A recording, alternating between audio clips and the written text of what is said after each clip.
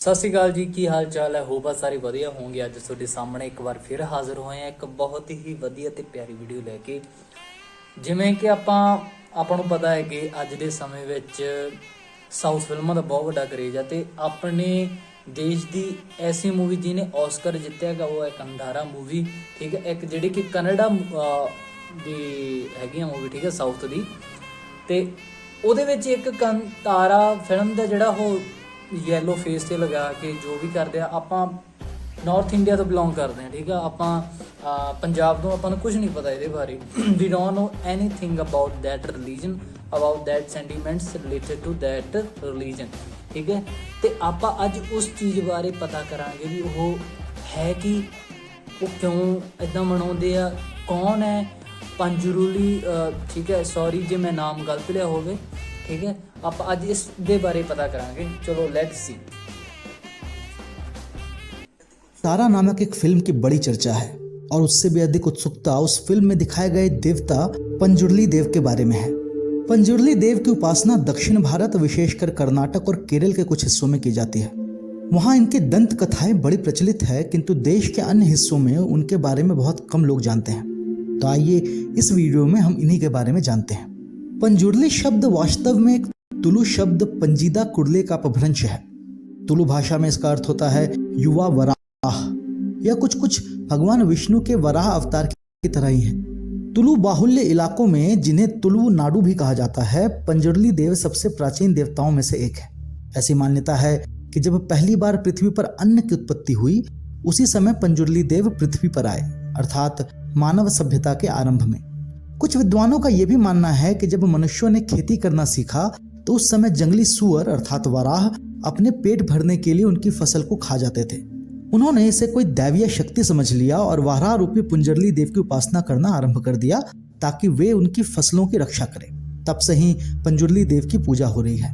आज भी पंजुर्ली देव की पूजा करते समय लोग बरने कोरपिन नामक एक प्रथा करते हैं, जहां वे देवता को अन्न अर्पण करते हैं। इस प्रथा में बांस के एक पात्र में चावल रखते हैं और उस पर नारियल के 2 टुकड़ों में दीपक को जलाकर पंजुर्ली देवता के सामने रखा जाता है।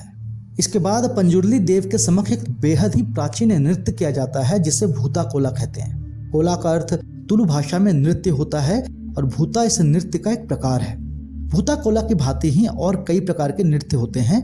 यह नृत्य बहुत देर तक चलता है और जब नृत्य करने वाला व्यक्ति थक जाता है तब लोग उस अन्न को पंजुर्ली देव को समर्पित करते हैं।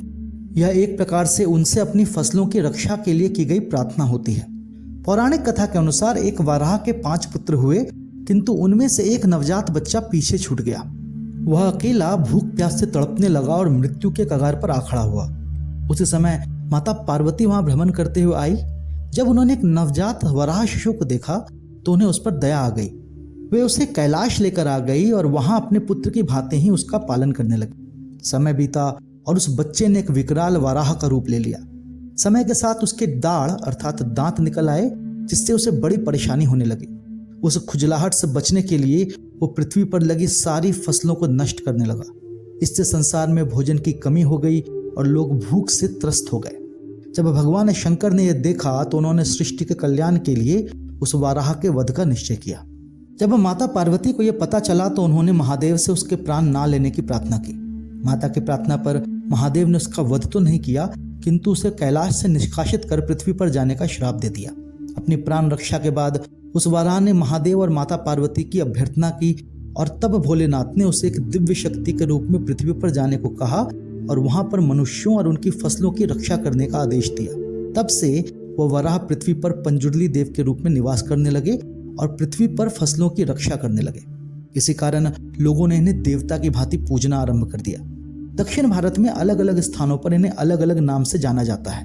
इनके नाम के साथ साथ इनकी पूजा पद्धति और रूप भी अलग अलग है।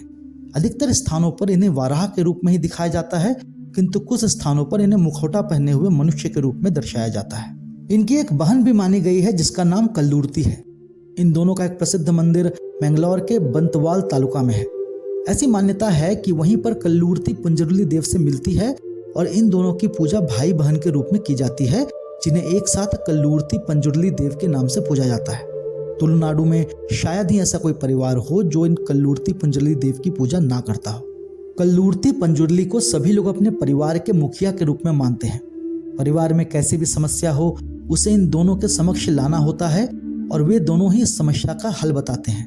हल कैसा भी हो, परिवार के सभी सदस्यों को मानना पड़ता है। ऐसी मान्यता है कि समस्या का हल ढूंढने में सुझाव कल्लूर्ती माँ देती है और अंतिम निर्णय पंजुर्ली देव का होता है। पंजुर्ली देव के साथ साथ एक और देवता गुलिगा का भी वर्णन आता है, जो देवता का उग्र रूप है। प्राचीन कथा के अनुसार एक बार माता पार्वती महादेव के लिए भस्म लाई। उस भस्म में एक कंकड़ था जिसे भोलेनाथ ने पृथ्वी पर फेंक दिया। उसी कंकड़ से गुलिगा देव अपने उग्र रूप में जन्मे। उन्होंने महादेव से पूछा कि मैं कहाँ जाऊं। इस पर भोलेनाथ ने उन्हें भगवान विष्णु के पास भेज दिया। भगवान विष्णु ने उन्हें पृथ्वी पर नेनाउल्ला संके के गर्भ में भेज दिया। 9 माह के पश्चात गुलिगा देव ने अपनी माँ से पूछा कि वो किस मार्ग से बाहर आए। उसकी माता ने कहा कि जिस मार्ग से सभी संतान आती है उसी मार्ग से आ जाओ, पर गुलिगा देव ने ऐसा नहीं किया। उन्होंने अपनी माता के उदर को फाड़ डाला और उसी से बाहर निकले। वे अत्यंत भूखे थे, इसीलिए कुछ खाने को ढूंढने लगे। उन्हें इतनी भूख लगी थी कि उन्होंने सूर्यदेव को खाने का प्रयास किया। फिर उन्होंने मछलियां खाई और जानवरों का खून भी पिया, किंतु इससे भी उनकी क्षुधा शांत नहीं हुई। अंततः भगवान विष्णु ने उन्हें अपनी छोटी अंगुली खाने को दी, जिससे उनकी क्षुधा शांत हुई। गुलिगा देव को शिवगणों में से भी एक माना जाता है और इन्हें क्षेत्रपाल भी कहा जाता है। एक कथा के अनुसार पंजुर्ली देव और गुलिगा देव में एक बार युद्ध हुआ जो बहुत दिनों तक चला। तब माँ दुर्गा ने उस युद्ध को बंद करवाया और उन दोनों को एक साथ रहने की आज्ञा दी। इसी कारण आज भी पंजुर्ली देव और गुलिगा देव को एक साथ पूजा जाता है। जहाँ पंजुर्ली देव सौम्य स्वभाव के हैं, वहीं गुलिगा देव उग्र स्वभाव के, किंतु फिर भी ये दोनों शांति से एक साथ रहते हैं। अब बात करते हैं प्रसिद्ध भूता कोला की। तुलु भाषा में भूता का अर्थ होता है दैवीय शक्ति और कोला का अर्थ होता है नृत्य। इसे दैवा कोला भी कहा जाता है। भूता कोला के साथ दैवा नेमा शब्द का प्रयोग भी होता है और ऐसी मान्यता है कि जहां भूता कोला में उस नृत्य का प्रदर्शन करने वाले व्यक्ति पर एक आत्मा अर्थात भूत प्रवेश करते हैं, वहीं नृत्यकर्ता पर कई आत्माओं का जब प्रभाव होता है तो उसे दैवा नेमा कहा जाता है। भूता कोला का नृत्य पारंपरिक माना गया है, अर्थात ये कला पीढ़ी दर पीढ़ी चलती है। जो व्यक्ति भूता कोला नृत्य में निपुण होता है वो अपने सबसे योग्य संतान को ही इसकी शिक्षा देता है और उसके बाद उसका वही बेटा भूता कोला के नृत्य को करता है। इसके लिए उसे कठिन प्रशिक्षण लेना आवश्यक है।